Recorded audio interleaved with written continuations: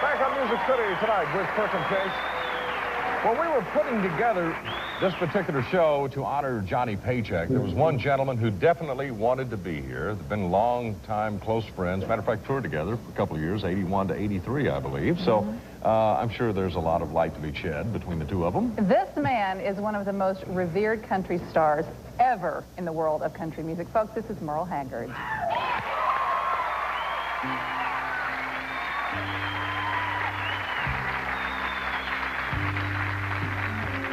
My father died a year ago today.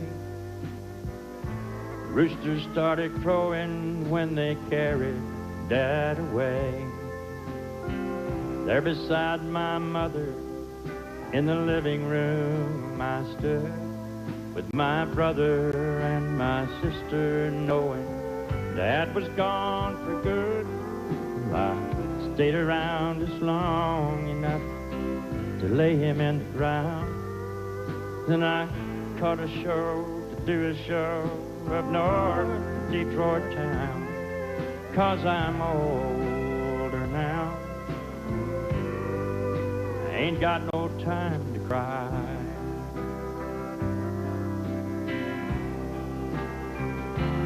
I've got no time to look back. I've got no time to see the pieces of my heart that have been ripped away from me. And when the feelings start to come in, I've learned to stop them fast. 'Cause I don't know if I let them go, it might not want to pass. And there's just so many people trying to get me on the phone. And there's bills to pay, songs to play, and a house to make a home. And I'm older now, still ain't got no time to cry.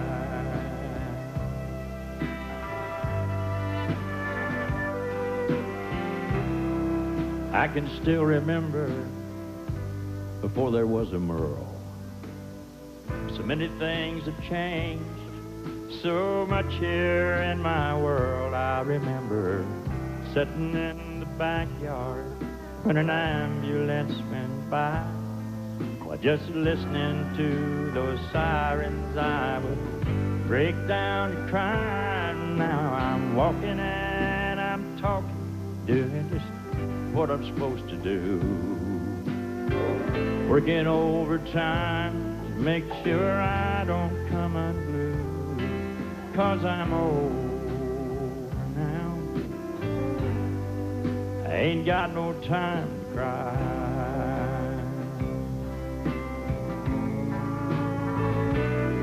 I go lay down on the sofa and I watch the evening news.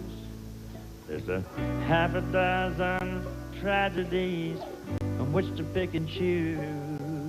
The baby that was missing was found in a ditch today. And there's bombs a flying and people dying not so far away. I'll take a beer out of the refrigerator, we'll sit out in the yard with the cold one in my hand. I'm gonna bite down and swallow hard, 'cause I'm older now. I ain't got no time to cry. It's true, I guess I'm old now. I ain't got no time to cry.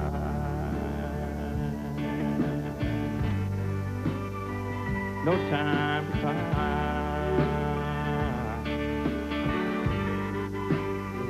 No time to cry.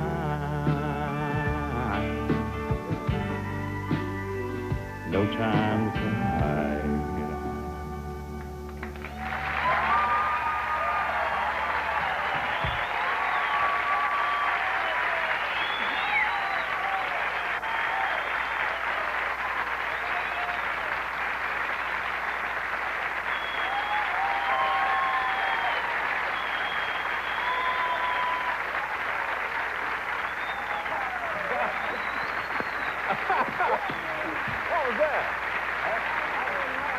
good recovery, wasn't it? That was a good recovery. People at home didn't see This that. business is. Great entrance there, Merle. How you doing? Come on And there's your in. buddy. Yeah, I don't know if Terry, did we see that on camera? No, I immediately checked the we monitor. didn't. No, we didn't. Bob Owens did that the other day, and it didn't come out that way. He fell Well, off his Well, tell us folks what you did, Merle, but if people at home didn't see it. but you recovered. I mean, it looked like a Chevy Chase It's Saturday the Night business Live of deal. recovery. He always recovers. In other words, you almost landed on your Country Music Hall of Fame bottom, didn't you? Yes, I did. I did that one time. I was playing a naval base in San Diego, and I'd been down to Tijuana and had some slick shoes on, and I ran out on stage. It was the last time I ever did that until just now. Wow. And I ran out there, and I like that, and landed on my back, and got up and did the rest of the show in my stocking feet in front of 2,500 men. Well, there's a story You gotta there. do what you gotta do. Hey, how did the two of you meet? Do you remember when it was, what the circumstances were? Yeah, I've been searching for something I could tell on the air. Was that maybe when you I first figured. met? Can you tell us that? Yeah. I remember the first time that I ever saw John. We called him Donnie Young, and his name was Donnie Young to me for many years. And we'll call him Paycheck so they know what we're talking about, okay? Right. Yeah. I was working in a place called the Nashville Nevada Club in Las Vegas in 1961, I think. And I was working for Win Stewart playing bass, and along with some other great, well-known people that came in there. Donnie Young come in one night. I'd heard about Donnie Young because he sang harmony. I think he was singing with George. And Ray Price. And I was singing harmony with Win Stewart, so we were about the same age, and we kind of like we're in the same level of climbing up the business, you know. And so I said, glad to meet you. And he was there mainly because Ralph Mooney was playing steel in the band, and Ralph was the guy that everybody loved so much that played on Buck Owens' records and my records and Win Stewart's records first. And he came out because he loved Ralph so much. And I'll never forget, Ralph called his wife that night when we were supposed to go home at 3 o'clock. Well, he called and said, Miss Moon, he said, I won't be home right now because Donnie Young's here and he wants to sing with me. instead of Donnie Young wants me to play guitar with him. He said, Donnie Young's here and he wants to sing with me. He wants to sing with me. He said, Yeah, right. That's Ralph. why do you think the two of you hit it off so well? Do you think you're a We lot didn't alike? hit it off. No. You did? We might have hit a few, but we didn't hit it. No, we hit it all. Yeah. We loved all the same things. We loved Win Stewart. We loved Ralph Mooney. We loved Roy Nichols. And we loved Country music. country music and George Jones and people like that. And you know, Willie Nelson was a new act, and I can remember, you know, I'm talking about. I remember what somebody said a while ago when you walked on the stage. Willie walked on stage with him, and he said, and they called me an outlaw. When the two of you, when the two of you were together in the early days like that, was the business? Did you take the business as seriously as you should? I can't. I think we did. Yeah, I think we took it very serious. I think we took it serious. That's the only thing. That's the only thing we took serious. Yeah. And that's all they're going to say about that. Yeah, I know. Merle's still searching for something clean to say about it, you know. I looked up at those great people you got back there in the back, Marty Robbins and Lefty Frizzell, and Conway sitting there looking at us. Yep. Yeah. I felt the ghost of Hank Williams last night across my neck a couple of times there in the Ryman. Did you? Oh, that's right. You performed there last night with Sure Wade did. Hayes, didn't you? Yep, we had a great show there last night. Well, you know, it's so interesting to me how all the singers in country music seem to bond. Johnny, what has Merle's friendship meant to you over all these years? It's meant everything in the world to me. Him and I. Just, you know, you start out with certain people in the beginning, and you're all creating and trying to build something. And when it's built, you look back at the people that was working on the same foundation you was, and there's not a lot of them, you know, still here with us, and so Haig is just Hank Cochran used to, I think Hank's here today. Hank used to say there's just a few of us. It's just a few days.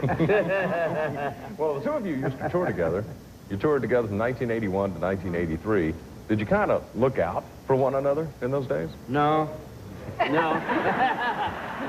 There's We looked out with each other, but not for each other. there's that soft-hearted Merle again. Yeah. No. But now, let me ask you a serious question, and it is really personal, but obviously both of you have always been serious about country music, and the music was very important to you. But why, on the other hand, in your personal lives, did you get so wild, and if I can say, out of hand? Looking back, do either of you know why that happened in your personal life? Well, mine was, I think, probably, Merle's kept his head, Merle's kept his head a lot better than I have. but I think we was just started out having fun, didn't we? And just watching what we was doing. Hello, Merle. Come in, Merle. Boy, do you realize what you've left me with here? I started it, you can finish it. You're on, boys. I started it, you can finish it. Oh, man, I'll tell you, I've seen some really funny things. One night we were trying to get a record made on John. This is Johnny Paycheck's night. Yeah. Does everybody know what's happening here? Oh, yeah. We talked about the whole show. Well, I was watching it out there, and I love what you did up so far. You told all the truth and everything about it. Well, I for what I've been asked. You left some of it out, but I mean, We haven't asked that we far. haven't asked some of it yet. Well, we've been trying to ask We had the you Hells an answer. Angels around the studio out there. Now, how long ago is this? What do you think? This is back before they took cocaine out of Coca-Cola. Merle.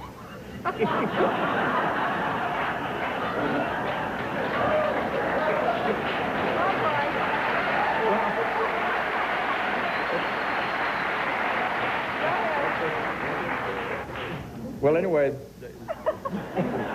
Hey, John, if you want to stop him, just slug him or something, you know. No, I want to hear this, Merle. Go ahead. No. Maybe I shouldn't. Maybe not. Maybe it's not that bad. We were just trying. I was trying to help John cut a session, and he had a problem with drugs in those days. There was no secret about that. Yeah. And he come up to me in the middle of the session. He said, "I know you don't want me to do no drugs." And I said, "No, I don't." And he said, "Well, but I got to have a little bit. I got to have a little bit, otherwise I'm sinking." I said, "How much?" And he said, $400 worth. I said, "All right, I'll get you $400 worth." So I went over to this guy and I said, "I ain't gonna tell him what." I said, "But it's any way that you can get me $400 of the worst cocaine you've ever found in your life." In other words, you were trying to keep him off of it. Oh, Just find absolutely. We had the block roped off, trying to keep people from in there getting into it. You were trying to help- protecting him, yeah. We were sincerely trying to help him and keep the drugs away from him. And So here and you there, are. and Now, there how was you- a lot of problem. There's people that you don't realize that's coming in, Yeah. doing that. So how'd you protect him in this particular we case? had people that we can't tell you the people are. We had people out in a block radius around Tom Jones' studio out there. Yeah. Keeping the people, keeping the Keep drugs the away. Dealers and stuff, you know. And he asked me this, and so I went to the edge of the circle. I said, "Look, can you get me some of the worst you ever found?" I said, "I need $400 worth of the baddest in town, you know. I mean, no good. I don't want it to do anything to nobody. I don't want to be able to get arrested for it or nothing." You just want to pacify him a little bit. But I went to him, and I said, "Look here, I've got some of the greatest stuff you've ever had." Well, did you finally get the record cut? And I believed him. That's the whole point. But did you get the record cut finally? We got the record Yeah, cut, finally got it it was a good average. It really wasn't a record. Yeah. Yeah. Well, it was called Mr. Hag Told My Story. That didn't do bad. What he Yeah, did, you're right. he went in and it was sort of a kind of a semi-tribute to my music, and back before people thought of it. He's always been the biggest Merle Haggard fan, and vice versa. I'm the biggest true. Johnny Well, Paycheck fan. Let me point out here. Let me point out here that Merle was out protecting his dear friend. That protection worked in this particular case. Sure did. You've been clean since 1989. 1989. 88 or So you kicked it. That's the point we want to get across here. Strong bond between the two of you, and that helped. All right, folks. Merle Haggard is here. We have more guests on the way as we salute Mr. Johnny Paycheck. We'll be right back. Watch for Merle Haggard coming to a city near you. Up next, a country classic that Johnny wrote from Connie Smith on Music City Tonight with Crook and Chase.